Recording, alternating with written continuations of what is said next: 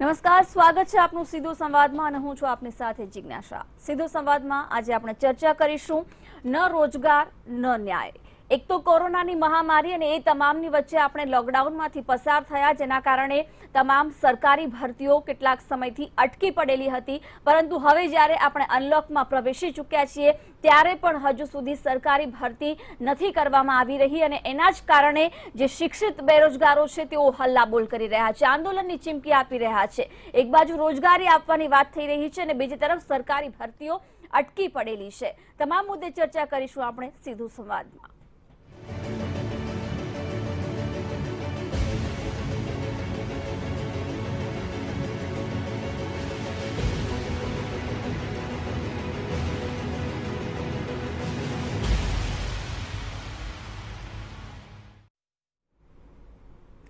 છેલ્લા ઘણા સમયથી સરકારી ભરતીને લઈને વિવાદ વકરી રહ્યો છે।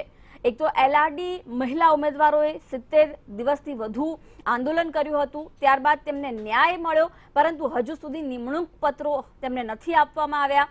તેઓએ પણ 15 જુલાઈ સુધીનું અલ્ટિમેટમ આપ્યું છે। આ સિવાય પણ ટેટ છે, ટાટ સહિતની સરકારી ભરતીઓ હજુ પણ અટકાવેલી છે। ત્યારે રાજ્યમાં હવે શિક્ષિતો છે એ બેરોજગાર છે, અત્યારે તેઓની માંગ છે કે જલ્દીમાં જલ્દી સરકારી ભરતી કરવામાં આવે। જો કે આજે તેઓએ ગાંધીનગર ખાતે હલ્લાબોલ કરવાની જે પ્રક્રિયા હતી તે આગળ ધરી, પરંતુ ત્રિસ્તરીય સુરક્ષા વ્યવસ્થા પણ આજે ગાંધીનગર ગોઠવાઈ હતી। કેટલાક નેતાઓની અટકાયત કરાઈ હતી, જેમને છોડી મૂકવામાં આવ્યા છે। 2000થી વધુનો પોલીસ કાફલો ખડકી દેવામાં આવ્યો, પરંતુ સવાલ એ થઈ રહ્યો છે કે જ્યાં રાજ્યમાં રોજગાર આપવાની વાત થઈ રહી છે ત્યાં હજુ સુધી સરકારી ભરતી કેમ શરૂ નથી કરવામાં આવી રહી। પાટનગરના પ્રવેશ દ્વારો પર આજે સઘન ચેકિંગ કરવામાં આવ્યું, પરિસ્થિતિ વધુ ન વણશે તે માટે, પરંતુ ક્યાંક હવે જ્યારે આંદોલનની ચીમકીઓ આ શિક્ષિત યુવાઓ પોકારી રહ્યા છે, તેઓની એક જ માંગ છે કે જ્યારે પરીક્ષા લેવામાં આવી છે, પરીક્ષા તેઓએ પાસ કરી દીધી છે, તો ભરતીમાં આટલો વિલંબ શા માટે થઈ રહ્યો છે? શા માટે સરકારી ભરતી પ્રક્રિયા ઝડપથી નથી કરવામાં આવી રહી? કારણ કે તેઓ રાહ જોઈ રહ્યા છે કે તેઓને નોકરી મળે। તમામ મુદ્દે આપણે ચર્ચા કરીશું। ચર્ચામાં આપણી સાથે વિશ્લેષક પ્રશાંત ગઢવી ઉપસ્થિત છે, નિવૃત્ત આઈપીએસ અધિકારી અંબાલાલ ચૌહાણ આપણી સાથે ઉપસ્થિત છે અને આંદોલન કરતા હાર્દિક ચૌધરી પણ ઉપસ્થિત છે। ત્રણેયનું ખૂબ ખૂબ સ્વાગત છે। સૌથી પહેલા હાર્દિકભાઈ, શું કહેશો? કારણ કે પરીક્ષા પાસ થઈ ચૂકી છે અને અટકી પડી છે ભરતી, શું માંગો સાથે આગળ વધી રહ્યા છો? હવે યુવાનોના એક બે પ્રશ્નો નથી કે ફક્ત પરીક્ષા પાસ કરી છે, નિમણૂક નથી અપાતી। શરૂઆતથી તમે જો બી સચિવાલયની જે ભરતી રદ કરી એના પછી એમણે સ્પષ્ટતા કરવી જોઈએ કે એ ભરતી ક્યારે લેવાશે। આવી ઘણી બધી ભરતીઓ છે, તો તમે જુઓ જે ભરતી જાહેર કરવામાં આવે છે એના વિશે સ્પષ્ટીકરણ નથી, જેની એક્ઝામ લેવાય છે એના રિઝલ્ટ પેન્ડિંગ છે, જેના રિઝલ્ટ આવી ગયા છે, જે લોકોએ પાસ કરી છે છતાં પણ એમને નિમણૂક નથી મળી। એટલે કુલ મળીને સરકારની રોજગારી આપવા બાબતેની, સરકારી નોકરીઓની જે ભરતી પ્રક્રિયા છે એ ચલાવવા બાબતની જે કામગીરી છે શૂન્ય સ્તરે છે અત્યારે હાલ વર્તમાન સ્થિતિની અંદર। અને સરકારે ધ્યાન લેવું જોઈએ કે સમજો આ કોઈ વિપક્ષ કે બીજી કોઈ રાજકીય પાર્ટી દ્વારા આંદોલન નથી થઈ રહ્યા, આ ગુજરાત રાજ્યના શિક્ષિત યુવાનો દ્વારા સ્વયંભૂ આંદોલન છે અને આ આંદોલનની અસર કેટલી ગંભીર અસરો થવાની છે એમને પણ ખ્યાલ જ છે। એટલે એમણે અત્યાર સુધી જે ભરતી કેલેન્ડરો બહાર પાડીને વાહવાહી લૂંટી છે પોતાના ફોટા મૂકીને એમના આઈટી અને સોશિયલ મીડિયાની અંદર, પણ હવે જોવું જોઈએ કે સોશિયલ મીડિયાની અંદર પણ યુવાનો સક્રિય થયા છે અને સમગ્ર ગુજરાતની જનતાને આજે એવું લાગી રહ્યું છે કે અમારી સાથે ક્યાંક ને ક્યાંક ભરતી બાબતે, રોજગારી આપવા બાબતે અન્યાય થઈ રહ્યો છે। સાથે સાથે તમે જુઓ જીઆર જેવા નાના ગતકડાનું સોલ્યુશન આ સરકાર નથી લાવી શકતી, કોર્ટની અંદર પેન્ડિંગ છે જીઆરની મેટર। બીજી વાત એ છે કે સરકાર પર યુવાનોને હવે વિશ્વાસ જ નથી, કારણ કે જે તે સમયે આપેલા વચનો, જેમ કે જીઆર બાબતે હતું, કોઈ નોકરી ભરતી બાબતે કે અમે આટલા દિવસોમાં પૂર્ણ કરીશું, કોઈ પણ વચન પર સરકાર ખરી ઉતરી નથી। એટલે યુવાનોએ ના છૂટકે આવા આંદોલનો કરવા પડે છે। આજે પણ આપણે બધા જોયું કે ગાંધીનગર સરકારે લોક કરી નાખ્યું હતું, છતાં પણ ઘણા યુવાનોએ આંદોલન માટેના પ્રયત્નો કર્યા। સાથે સાથે બહુ દુઃખની વાત છે કે લોકશાહીની અંદર જે યુવાનો ઘરે છે અને એમના માર્ક્સ સારા એવા છે તો એમની પાસેથી સ્થાનિક પોલીસ એમને બોલાવીને એફિડેવિટ કરાવે છે કે તમે આંદોલનમાં ભાગ નહીં લો। એટલે આ બહુ દુઃખદ વાત છે। ગુજરાતની અંદર લોકશાહીની અંદર એક કલંકરૂપી ઘટના છે કે યુવાનોને આ રીતે તમે ઘરેથી બોલાવીને એમની પાસે એફિડેવિટ લો છો કે તમે આંદોલન નહીં કરો। એટલે વર્તમાન સમયમાં આ મીડિયાના કારણે આ યુવાનોનો અવાજ એ લોકો સુધી પહોંચી રહ્યો છે, બાકી સરકારના કાને ક્યાંય આ યુવાનોનો અવાજ હજી આટલા બધા આંદોલન થવા છતાં પણ પહોંચી રહ્યો નથી, એટલે ક્યાંક ને ક્યાંક સરકાર બહેરી થઈ ગઈ છે. બિલકુલ. પ્રશાંતભાઈ, શું કહેશો? હવે યુવાઓએ રસ્તા પર ઉતરવું પડ્યું છે, શિક્ષિત યુવાઓએ. આમ તો દરેક વસ્તુ આપણે છે ને 2.0 જે બી વસ્તુ લેતા આવીએ ને લોકસભાના ઇલેક્શન પછી એનો આપણે બહુ જ ગર્વ લેતા હોઈએ છીએ. એટલે હમણાં મેં એક જગ્યાએ વાત બી કરી હતી કે મને ક્યાંક ને ક્યાંક આ ઇમરજન્સી 2.0 જેવું આમ માહોલ દેખાઈ રહ્યું છે કે સરકારને જે ગમે એ બધું એમની રીતે કરાવે, જે ના ગમે એમાં એમને ધારે એવું કામ કરાવે. આજે જે રીતે અટકાયત કરવી, હવે સરકારી ભરતી છે, પરીક્ષા પાસ કરી છે, આ લોકો બિચારા ઘણા પરિણામની રાહ જોવે છે, ઘણા પરીક્ષાની રાહ જોવે છે. ઓછામાં ઓછી 23 વેરી પ્રિસાઇઝ 23 કરતાં પણ વધારે પરીક્ષાઓ એવી છે જે ક્યાંક ને ક્યાંક છેલ્લા 1.5-2 વર્ષથી ઘોંચ પરોણામાં ગઈ છે, હોલ્ડ ઉપર ગઈ છે. કોઈ પણ પ્રકારનું એની પર ડિસિઝન આવતું નથી. હવે અત્યારે જે આ વાત કરી રહ્યા છે, અને મેલ એલઆરડી નામનું ટ્વિટર ઉપર બહુ જ મોટું ટ્રોલ ચાલે છે અત્યારે, જે આપણે જોઈ શકીએ છીએ. કારણ કે અને સરકાર જ્યારે ભીષમાં આવે ને ત્યારે એમને જે ઈચ્છા હોય એ પ્રકારના એ નિવેદન કરી શકે છે, એ પ્રકારના એક ડિસિઝન લઈ શકે છે. જે રીતે મહિલા અનામતની વાત હતી, 1/8/2018 જે પરિપત્ર હતો એમાં સરકારને એવું લાગ્યું કે ભાઈ હવામાં કંઈક ફસાઈ ગયા છે, હડ્ડી ફસાઈ ગઈ છે, જેવી રીતે એફઆરસીમાં ફસાઈ ગઈ છે. એમાં ફસાયેલી હડ્ડીને એમણે કાઢી નાખી કે ભાઈ 62.5 માર્ક જેટલા મહિલાના આવ્યા હોય એટલે પાસિંગ માર્ક છે, એમ પરીક્ષા ખાલી પાસ કરો અને ભરતીમાં નોકરી મેળવો. એવી રીતે પુરુષોની એક ડિમાન્ડ હતી કે ભાઈ અમારી આમાં કંઈક ન્યાય આપો, કંઈક મગનું નામ મરી પાડો.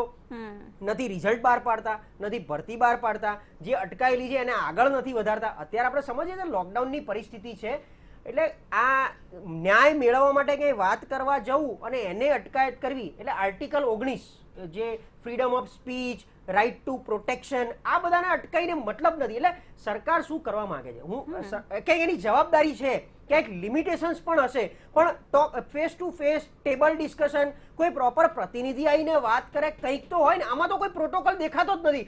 ગૌણ સેવાની એની પરીક્ષા હોય અને કોઈક બીજો આવીને, એટલે હોમ મિનિસ્ટર આવીને સ્ટેટમેન્ટ આપે, એના ચેરમેનને ખબર જ ના હોય, પરીક્ષા બદલાઈ જાય છે, પેપર બદલાઈ જાય છે, તારીખ બદલાઈ જાય છે. એટલે ક્યાંક તંત્ર કઈ રીતે ચાલે છે, કાં તો સ્પષ્ટ કહી દો કે ભાઈ અહીંયા 1 મેન આર્મી ઉપરથી કોઈક ઓર્ડર છૂટશે, એનો અમારે પણ રાહ જોવાનો હોય છે. એ લોકો પણ દિલ્હી ઉપર ઘણા બધા નિર્ભર છે. ગુજરાતની પરીક્ષામાં પણ દિલ્હી ઉપર નિર્ભરતા વધારે પડતી છે.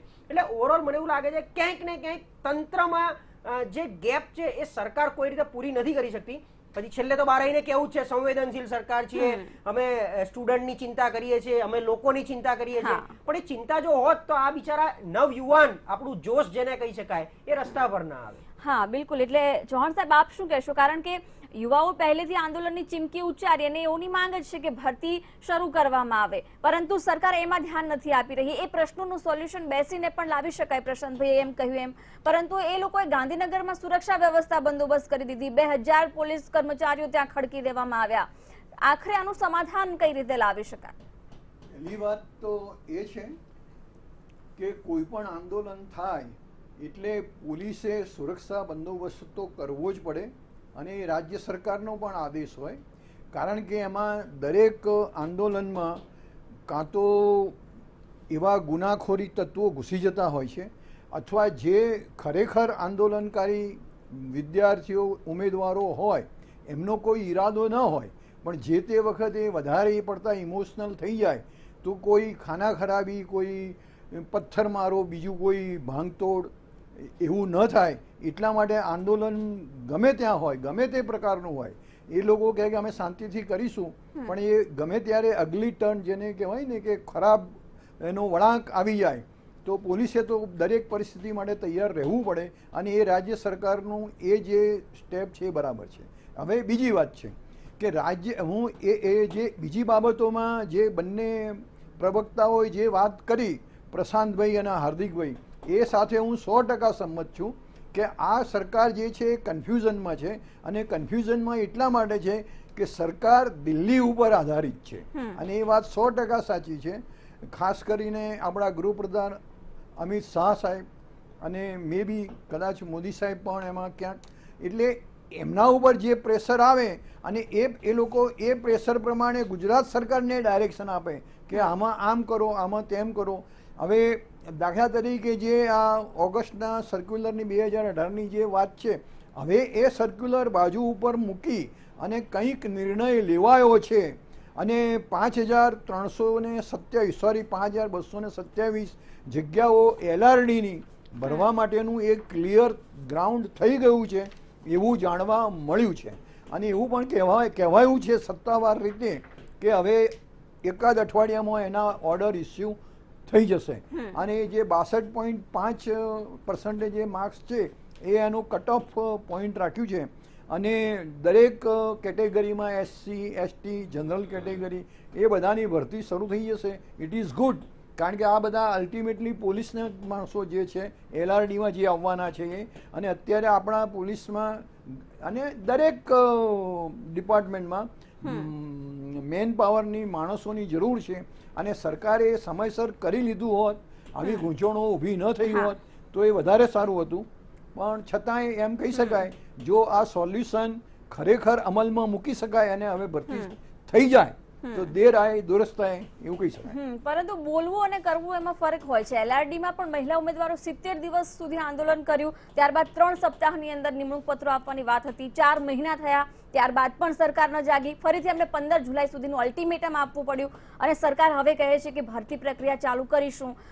શું કહેશો હાર્દિકભાઈ? આ જ રીતે આ તો LRDની વાત થઈ, આ સિવાય પણ આ જે પ્રકારે 23 થી વધુ પરીક્ષાઓમાં ક્યાંક ને ક્યાંક લોચા છે, તો શું આનું સમાધાન કઈ રીતે લાવી શકાય? દરેક માટે આંદોલનો કરવા પડશે હવે?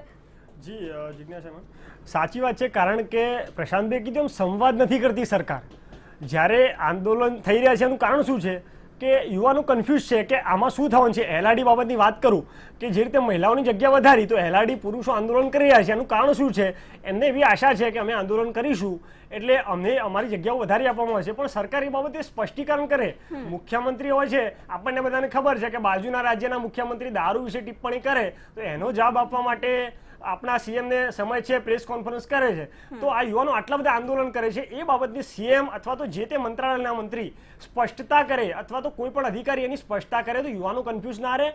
યુવાનો કન્ફ્યુઝ છે એટલે આંદોલન કરે છે, એમને ખબર નથી કે શું થવાનું છે. એટલે એમને જાહેરાત કરી દેવામાં આવી જોઈએ ખરેખર કે આ ભરતી બાબતે અમે આ નિર્ણય લીધો છે અને એનું અનુસરણ કરવાના છીએ, અમે આટલા સમયમાં આ ભરતી પ્રક્રિયા પૂર્ણ કરવાના છીએ અને આ પ્રકારે કામ થવાનું છે. તો યુવાનોને સાંત્વના મળે. બીજી વાત કે જેમ બધાને ખબર છે ગાંધીનગર એ તૈયારી કરવા માટેનું, સરકારી ભરતીની તૈયારી કરવા માટેનું હબ છે.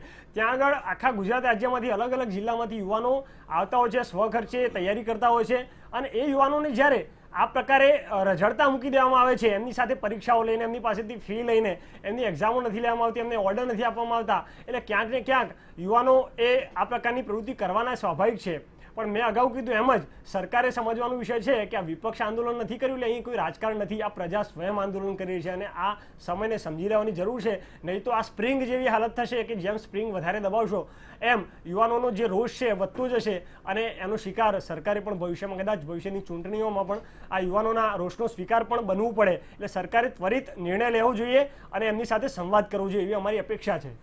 પ્રશાંતભાઈ, એટલે જાહેરાતો થઈ જાય છે, પરીક્ષાઓ લેવાઈ જાય છે, પરંતુ ભરતી પ્રક્રિયા નથી શરૂ કરવામાં આવી અને હવે જ્યાં સુધી યુવાઓ તો હવે આંદોલન પર ઉતરી રહ્યા છે, પરિસ્થિતિ વણશે નહીં, નાનું મોટું છમકલું ન થાય ત્યાં સુધી સરકાર વાત પણ કરવા માટે તૈયાર નથી થતી.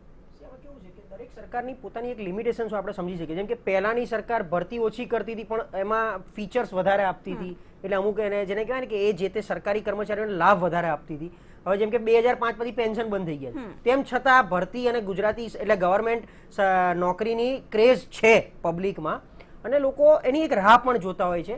હવે અત્યારે ફ્લો વધ્યો છે, છેલ્લા 2-5 વર્ષમાં કદાચ લાખોની સંખ્યામાં રોજગાર મેળો, ભરતી મેળો બહાર પડ્યો છે, તો એ પૂરો નથી પડ્યો. એટલે ક્યાંક ને ક્યાંક એક કચાશ ક્યાં રહી જાય છે. એક તો જેમ વાત કરી ટેબલ ટોક, એટલે સરકારે ખરેખર સંવાદ કરવાની એટલા માટે જરૂર છે કે સંવાદ થશે તો ક્યાંક ને ક્યાંક વચગાળાનું પણ નિરાકરણ નીકળશે અને બંને છેડે સંતોષકારક જવાબ મળી રહેશે.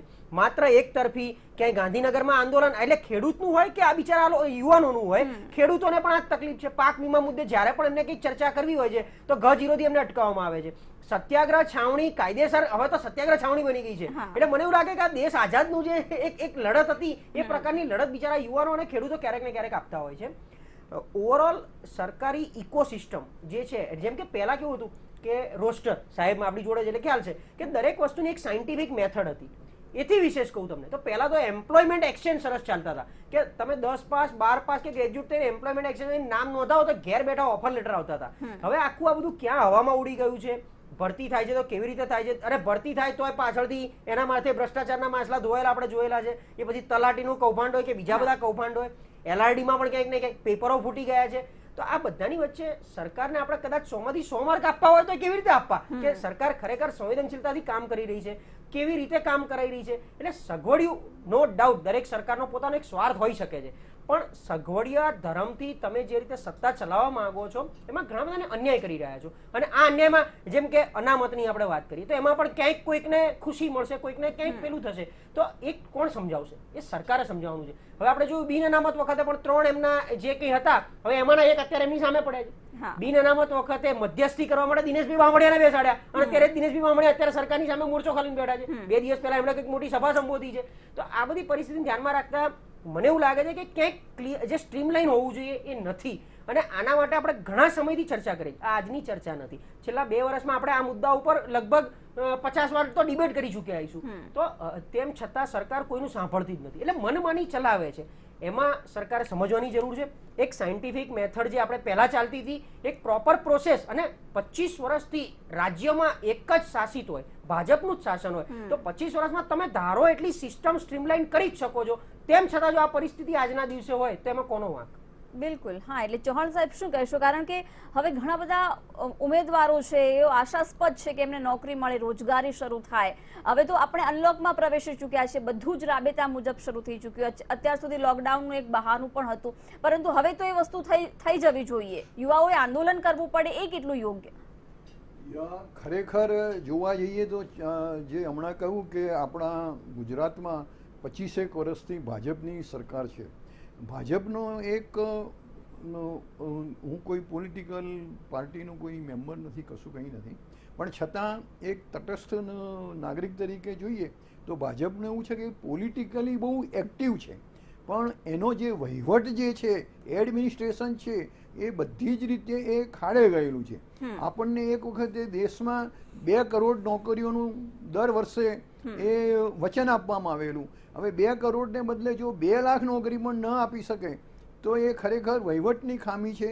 કઈ રીતે તમે નોકરીઓ, જ્યારે તમે વચન આપ્યું, ભલે 2 કરોડ ના આપી શકો, 2 કરોડને બદલે 50,000 તો આપો, એ કહેવાનો મતલબ છે. અને એ એટલા જ કારણોસર ગુજરાતમાં પણ આ પોઝિશન છે. અત્યારે તો પોઝિશન આ કોરોના થયા પછી આમે જ્યારથી નોટબંધી થઈ, GST થઈ, ત્યારથી આપણી ઇકોનોમી ડાઉન થઈને, જ્યારે ઇકોનોમી ડાઉન થાય એટલે ઓટોમેટિક બેરોજગારી વધે, કારણ કે જેના ધંધા ન ચાલતા હોય એ બીજા માણસો બેકાર થાય. એની અંદર જે કોઈ કારીગરો હોય, કામદારો હોય, કર્મચારીઓ હોય, એ બધાને એ જુદા કરવામાં આવે, અને એ વધતું ગયું.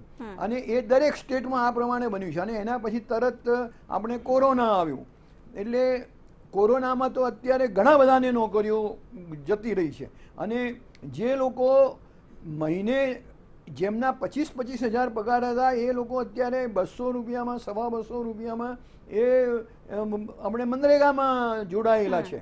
એટલે આ જે છે એ સરકારની ક્યાંક ને ક્યાંક ઘણી મોટી ગંભીર ભૂલો છે.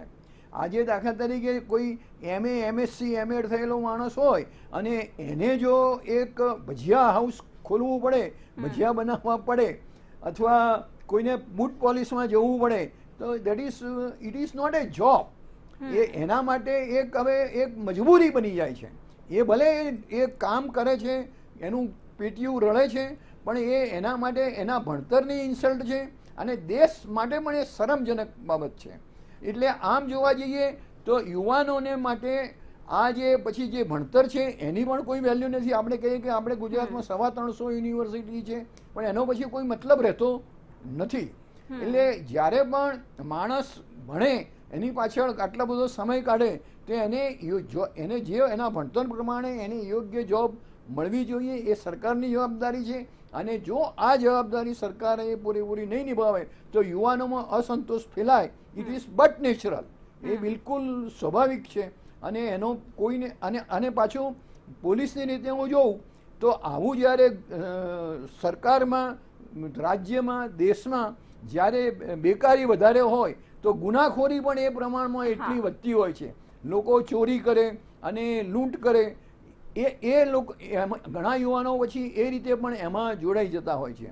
એટલે મારું માનવું છે કે સરકારે આ બધા પ્રશ્નોનો વિચાર કરી અને એનું ક્યાંક ને ક્યાંક એનો સારી રીતે એનો નિવેડો લાવવો જોઈએ, અને જો નિવેડો ના આવે તો એ સરકાર બદલાઈ જાય એમાં કોઈ શંકાને સ્થાન બિલકુલ. નથી. હા હાર્દિકભાઈ, વર્ષોની મહેનત, પરીક્ષા પાસ કરી પછી અનેક આશા અપેક્ષા હોય કે નોકરી મળે, પરંતુ જે પ્રકારે હવે તો આંદોલનની ચીમકી ઉચ્ચારવી પડી છે, આજના દિવસની ઘટના દરમિયાન સરકાર તરફથી કોઈ એવું રિસ્પોન્સ મળ્યો છે અથવા બેઠક માટે બોલાવ્યા હોય એવું કંઈ? નહીં, આજે તમે જુઓ કે યુવાનો જે ફક્ત સોશિયલ મીડિયા પર ચાલ્યું આંદોલનને આજની તારીખ જાહેરાત કરવામાં આવી હતી, તો એડવાન્સમાં જ મોટાભાગના જે યુવાનો નેતૃત્વ લેતા હોય છે એ બધા યુવાનોની ધરપકડ ક્યાંક ને ક્યાંક કરી લેવામાં આવી હતી ગઈકાલ રાત્રે જ, અને પછીથી એમને છોડી મૂકવામાં પણ આવ્યા છે.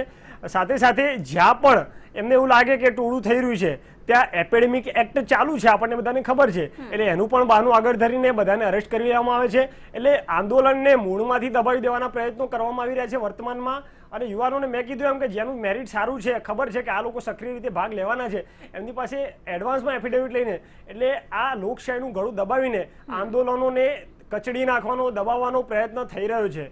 અને દુઃખની વાત તો એ છે કે વિપક્ષ પણ જ્યારે વર્ષોથી સત્તામાં નથી તો એણે પણ વિચાર કરવાની જરૂર છે કે આ યુવાનો આટલા બધા આક્રોશ સાથે આંદોલનો કરે છે તો વિપક્ષે ક્યાંક ને ક્યાંક એમનો અવાજ બનવું પડશે, ત્યારે જ આ સરકાર સાંભળશે. એટલે બધાએ, અને સાથે સાથે હું કહેવા માંગીશ કે આ બધું થઈ રહ્યું છે એના કેન્દ્રમાં શું, તો વર્તમાન સરકારની અંદર જે બેઠેલા લોકો છે, મુખ્યમંત્રી હોય, નાયબ મુખ્યમંત્રી હોય, મોટી મોટી પ્રેસ કોન્ફરન્સો કરે છે, ગૃહમંત્રી હોય, આ બધાની નિર્ણય શક્તિનો અભાવ છે, નિર્ણય લઈ શકતા નથી, અને નિર્ણય લે છે તેનો અમલ કરી શકતા નથી. જ્યારે એલઆરડી આંદોલનની અંદર હું સાક્ષી હતો અને મને ખબર છે, મારી આગળ આવીને એ વખતે 3 કેબિનેટ મિનિસ્ટરો, કુંવરજીભાઈ બાવળિયા, જવાહરભાઈ ચાવડા અને દિલીપભાઈ ઠાકોર, 3 કેબિનેટ મિનિસ્ટરો સાથે આપણા ઓબીસી સમાજના આગેવાન જે હતા અલ્પેશભાઈ ઠાકોર, આવા આગેવાનો આવીને આશ્વાસન આપ્યું હતું કે સરકારે કીધું છે અમે જીઆરનું નિરાકરણ લાવી દઈશું. આજે લગભગ 4 થી 5 મહિના થવાયા, હજી જીઆરનું કોઈ નિરાકરણ નથી. સરકારે એ વખતે કોર્ટમાં પણ એફિડેવિટ કયા પ્રમાણે નહોતું કર્યું, એટલે યુવાનોને હવે વિશ્વાસ નથી, એટલે આંદોલન કરવાના છે. પણ ક્યાંક ને ક્યાંક આ વિપક્ષ પણ મૌન ભૂમિકા ભજવી રહ્યું છે, તો વિપક્ષે પણ યુવાનોનો અવાજ બનવું જોઈએ.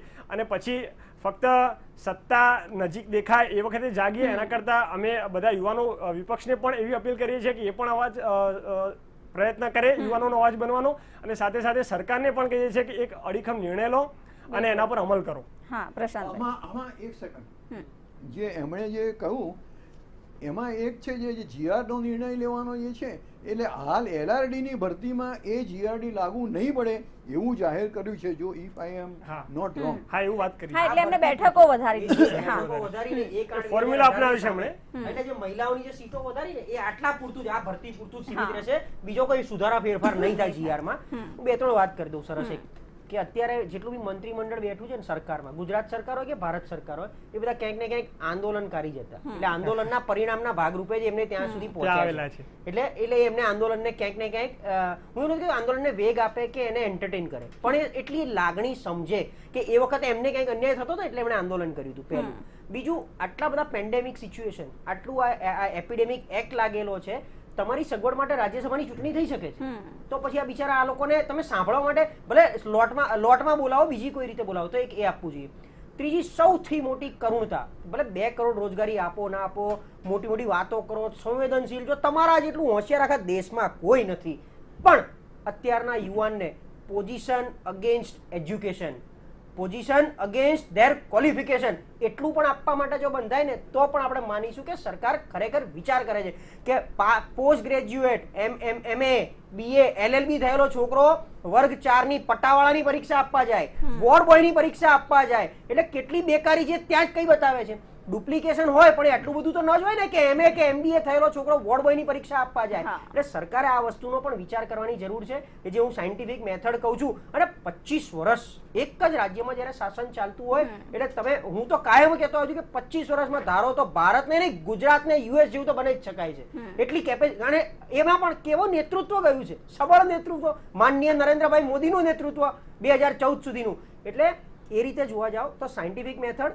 અને સરકારે કરવું હોય, મનસા હોવી જોઈએ, સૌથી અગત્યની વાત. અને બીજું કે આ લોકોનો અવાજ દબાવવાનો પ્રયત્ન, કારણ કે આજનું યુવા ધન એટલે આપણું નાગરિક છે, યુવા ધન છે, એ કાલનું ભવિષ્ય છે. આપણે કહીએ છીએ જ્યારે સ્ટેજ ઉપરથી બોલીએ ત્યારે તો બહુ સારું લાગે છે, તો એમને શું કામ આવી રીતે અવાજ દબાઈ અને અન્ય, હું સમજુ છું કોઈ પરિસ્થિતિના આધીન તમારે કોઈ અમુક મજબૂરી ભર્યા ડિસિઝન લેવા પડતા હોય છે એનો મતલબ એવો નથી. એટલે આ લોકો બી કઈ એવું નહીં કહી દે છો, એ બી સમજવા વાળા તૈયાર છે એમ બિલકુલ. સમજવા માટે. તો એ સમજવાનો સંવાદ કરવો બહુ જરૂરી છે. હા બિલકુલ. એટલે હાર્દિકભાઈ, ખાસ કરીને રોજગારી આપી હોવાની વાતો કરીને રાજ્ય સરકાર ખૂબ ગર્વ લે છે, પરંતુ જે યુવાઓને આંદોલન પર ઉતરવું પડે છે, ભરતી પ્રક્રિયા અટકી પડી છે અને જ્યારે હક માટે લડે છે તો એ પણ એમને નથી પસંદ. હું એ જ કહું છું હા કે જ્યારે આજે આટલું બધું આંદોલન થઈ રહ્યું છે, આજે આખું ગાંધીનગર લોક કરેલું છે SRP પોલીસ દ્વારા, છતાંય કોઈ સ્ટેટમેન્ટ સરકાર દ્વારા એવું ક્લિયર આવતું નથી. અને તમે જો એક નાની ભરતી બહાર પાડશે એટલે તરત જ CM થી માંડીને ડેપ્યુટી CM પ્રેસ કોન્ફરન્સ કરીને કહી દેશે કે સંવેદનશીલ સરકારને રોજગારી આપતી સરકાર. જો આવી આટલા મોટા મુદ્દા પર તમે કોઈ સ્ટેટમેન્ટ નથી આપતા અને નાની વાહવાહી લૂંટવામાં મેં કીધું એમ આ સરકાર ક્યાંય પાછી પડતી નથી, પણ જ્યારે અન્યાયની વાત આવે છે ત્યારે તરત જ અન્યાયની સામે જે અવાજ ઉઠે છે એ અવાજને દબાવી દેવાનો પ્રયત્ન થઈ રહ્યો છે. અને મેં કીધું એમ કે આ લાંબા ગાળે આ અવાજને દબાવવાનો પ્રયત્ન સ્પ્રિંગ બરાબર સાબિત થવાનું છે. એ પ્રકારની યુવાનોની તૈયારી છે હવે. હા, ચૌહાણ સાહેબ, હવે રાજ્ય સરકારે માત્ર વાતો નહીં પરંતુ આ યુવાઓના અવાજને સાંભળવો પણ પડશે. આમાં હાર્દિકભાઈ ચૌધરીએ પણ આંદોલનની વાત કરી અને ગઢવી સાહેબે પણ આંદોલનની વાત કરી કે આ સરકાર આંદોલનમાંથી જ જન્મી છે. ત્યારે જો થોડુંક આપણે ભૂતકાળમાં જઈએ તો આ સરકારના જ્યારે વિપક્ષમાં હતી કેન્દ્રમાં રાજ્યમાં, ત્યારે એના નેતાઓ એમણે જાત જાતના આંદોલન કર્યા છે. જ્યારે એમ કે પેટ્રોલના ગેસના ભાવ જ્યારે વધતા હતા ત્યારે સ્મૃતિ ઈરાની જેવાએ ત્યાં ગેસના બાટલા લઈ, ખાલી બાટલા લઈ અને એ આંદોલન કરેલા છે. આપણે જ્યારે આતંકવાદીના હુમલા થતા હતા ત્યારે સ્મૃતિ ઈરાનીએ કહેલું છે કે હું મનમોહન સિંહને ચૂડીઓ મોકલું. હવે અત્યારે એ વખતના પેટ્રોલના ભાવ કદાચ 60, 62, 65 હતા, અત્યારે 82 ને 83 થઈ ગયા છે. જ્યારે આંદોલનની વાત છે ત્યારે આપણા જવાનો દરરોજ કાશ્મીરમાં મરે છે. એ અઠવાડિયામાં 1-2 વખત તો એ થાય જ છે. અને જે ચીન અત્યાર સુધી શાંત હતું એ પણ આમ તૈયારી છે. અને નેપાળ જે કોઈ દિવસ આપણાથી ક્યારેય આપણી આગળ ક્યારેય કશું બોલતું નહોતું, એ પણ આંખ આપણને બતાવે છે આપણી જમીન એની છે એવા કાયદેસરના નકશા બહાર પાડે છે અને ત્યાંની સંસદ એને એ એપ્રૂવ કરે છે. ભૂટાન જેવું, ભૂટાન પણ આપણું પાણી રોકી દે છે. એટલે જે આંદોલનની વાત છે એના અનુસંધાનમાં હું કહું છું. પણ સરકારે એ આંદોલનકારીઓ જ્યારે સરકારમાં આવે ત્યારે એમણે ખરેખર પ્રજાની વાત સાંભળવી જોઈએ. અને જે હાર્દિકભાઈનું જે એમનું અત્યારે દેખાય છે આખું જે મનોવૃત્તિ, એ આખા ગુજરાતના યુવાનોનું એક પ્રતિબિંબ છે. આજે ગુજરાતના યુવાનોને થાય છે કે શા માટે અમે આટલું બધું ભણ્યા અને અમે ભણ્યા એટલા બધા વર્ષો અમારા બેકાર ગયા, એટલા પૈસા વાપર્યા અને છતાં અમને કેમ કામ નથી મળતું. અને એવું એક વાત ધ્યાન દોરી સાહેબ કે આપણને બધાને ખબર હશે કે આ સરકાર ક્યારે આવી છે? કિસાન સંઘ દ્વારા, એટલે આમના સંગઠનો, ભારતીય જનતા પાર્ટીના બધી એ સંગઠનોએ વિધાનસભાના ઘેરાવ કર્યા અને એના કારણે આ સરકાર આવેલી છે. તો વિધાનસભા સુધી પહોંચવા દેતા હતા એ વખતે, અને આ સરકાર ગાંધીનગરમાં એન્ટ્રી પણ નથી આપતી. એટલે આ સમજવા જેવો વિષય છે કે આંદોલન માટે બિલકુલ પરમિશન નથી. એટલે ભૂતકાળમાં એ લોકોએ આંદોલન કરેલા છે, એમને તો એ પરિસ્થિતિથી જાણકાર છે કે અન્યાય થતો હોય ત્યારે જ આંદોલન થતા હોય, તો ફરીથી એ વાતનું પુનરાવર્તન ન થવું જોઈએ. હાર્દિકભાઈ અને ચૌહાણ સાહેબ તેમજ પ્રશાંતભાઈ ત્રણેય ચર્ચામાં જોડાયા, ખૂબ ખૂબ આભાર. Thank you. તો સીધો સંવાદમાં અત્યારે બસ આટલું જ. નવા એક વિષય સાથે ફરીથી મળીશું. નમસ્કાર.